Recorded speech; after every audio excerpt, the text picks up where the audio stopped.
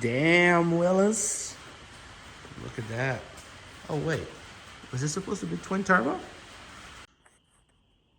Welcome to another episode of Fabitgarage. We're going to be modifying the steering rack and welding the two mounts on the subframe that'll hold the motor. So the line that goes on the back here, I have it removed and it's capped off because I will not need to modify that. I'm just reuse that line, bend it down just a hair. The line on the front, however, that's gonna have to be moved because the oil pan sits right here and it actually barely rubs against it, but I'm gonna move it because depending how you modify your pan, you might rub it. So I'm gonna basically cut this off. This is just threads.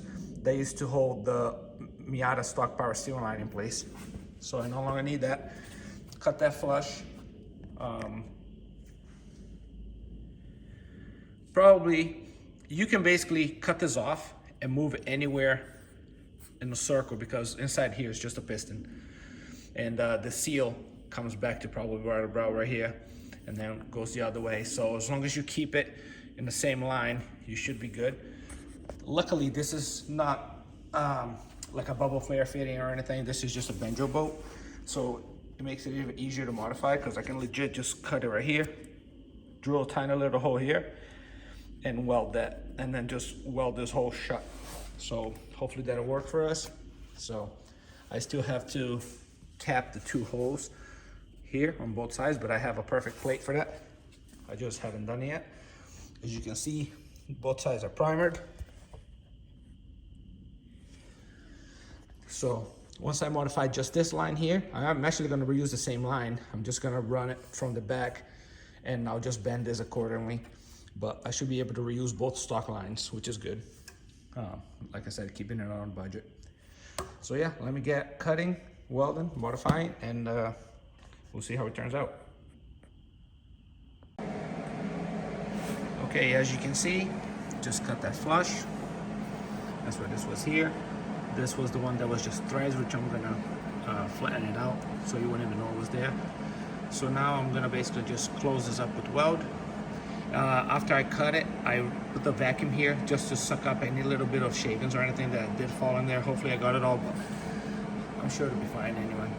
So I'm gonna close this shut and then I'm gonna drill a little hole here with the vacuum attached, and that's gonna be the new place to weld this. I'm gonna clean this up and then I'm gonna run a bead weld all around. So let's get to welding. Okay, so as you can see, I have the original line all blocked off. I put a decent amount of weld in there just to make sure it's gonna be nice and sealed. Moved it over here, drilled the next hole. If you put grease on the drill bit when you're drilling, it catches all the shavings and prevents pretty much 95% of shavings from falling in there. So I was able to go very slow and it looks like I caught all of them. So now I have the piece here that I cut, which is threaded, benjo fitting. So the sealing surface is right here. So here's the other side that was cut. So now I'm just gonna place this here. And then I'm gonna use that vice grip plier there. I'm gonna hold it in place and I'm just gonna weld all around. Once it's welded all around, I can just bend this line here, obviously replace the inner and outer seals. Just bend it out, come up from the back and bolt right on, and that'll be pretty much done. Then I can just fabricate the two mounts and just drop the motor right in. So we're doing pretty decent progress. Okay, look what we got. Blocked off, new line welded on.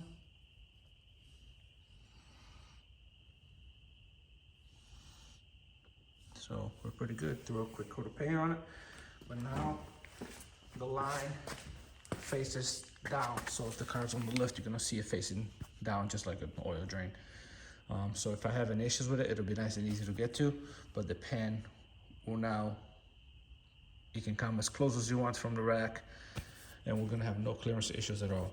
So I'll let that paint dry just so it doesn't rust.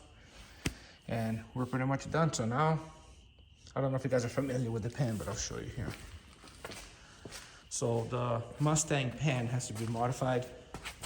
And unfortunately, I do not have the videos of it. So you basically have to cut a notch into it. Let me see if I can. See how it goes? It goes up, over, and down. So that notch is what's gonna go right here. So it's basically gonna go up, over, and down. So that's why you need the clearance back here, and that's why you need the clearance over here. Where the NAs have both lines coming out of the back, you don't have this problem. If you want to do this on an NB, you're gonna have to move this line over, or you're gonna have to use the factory non-power rack. So, because I believe the power steering on the NA Miatas bolts differently, it's different spacing. So it won't just bolt into an NB subframe. So if you are set on doing an NB like I am, you either have two options. You can modify it like this, or you're gonna have to find a manual rack. So I like to keep power steering, so I'm just gonna go with that, but came out pretty good.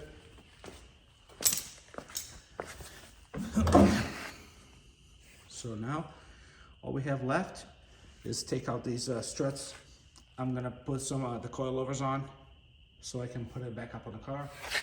And now I can actually start fabricating the two mounts. And then once this is done, then we'll move on to the car. Cutting left and right on the two sides there. So we're getting a lot done, guys.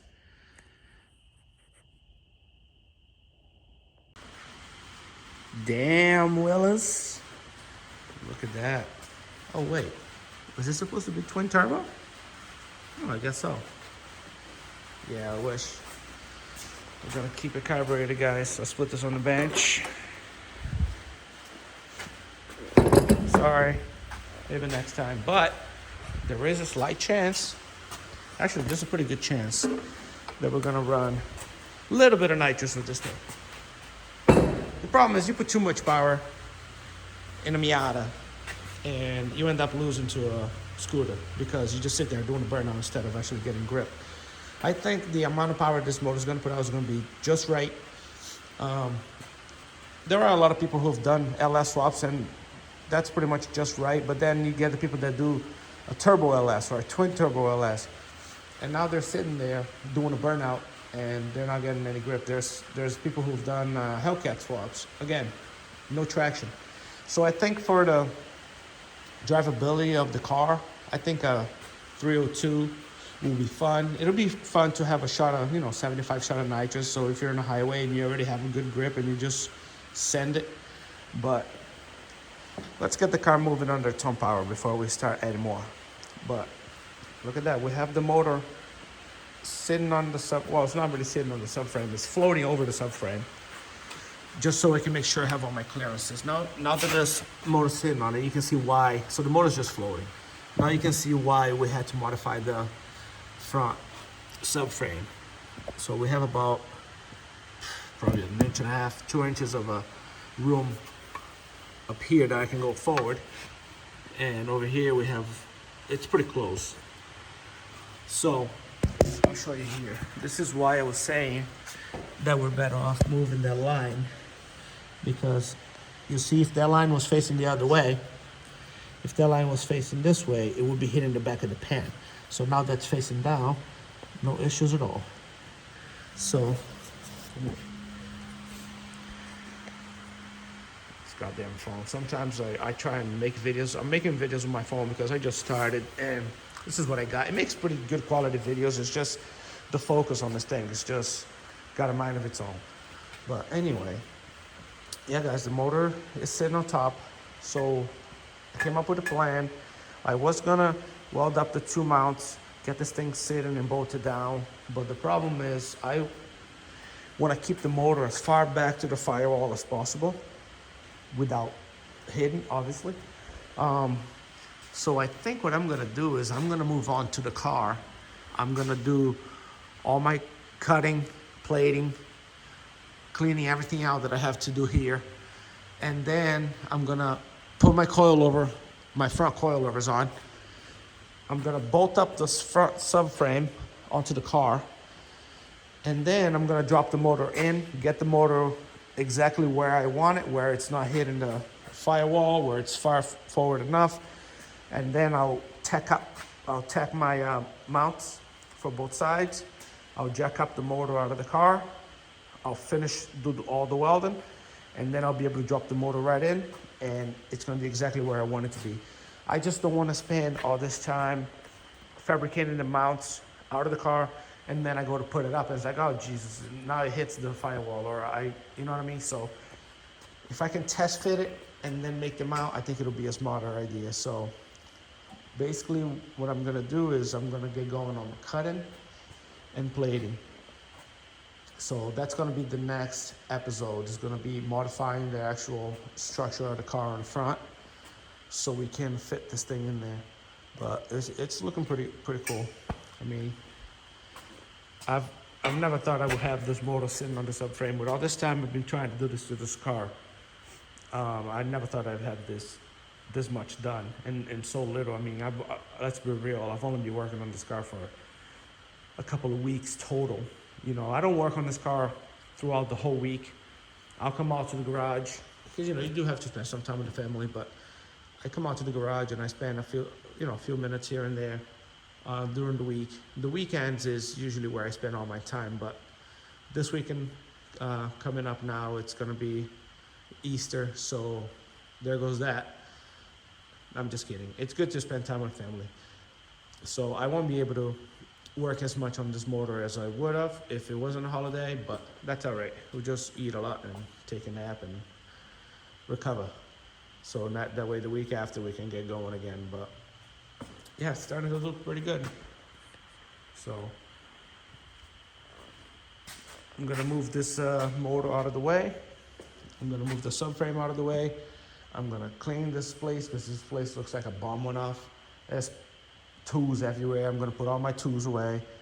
It's a freaking mess in here. And I'm gonna basically start fresh with a clean shop, start doing my cutting. That's all gonna be episode 3. So yeah, we did a good amount of work this past week, and I'm gonna keep going. Not every week is gonna be a lot of progress, but it's gonna be something. I gotta come out here every week and do something to bring us closer to the end of the project, because this just has to get done. It's been on the back burner for way too long. So anytime I come out here and I do anything that will help the swap, that's progress no matter what. So don't forget to subscribe if you guys can help me out. I'm trying to reach 100 subscribers so that way I can customize the channel URL. If you guys can help me out, that'd be awesome. But yeah, let's get this thing built and let's do a massive burnout at the end. So stay tuned for the next episode, guys. Thank you for watching. See you on the next one.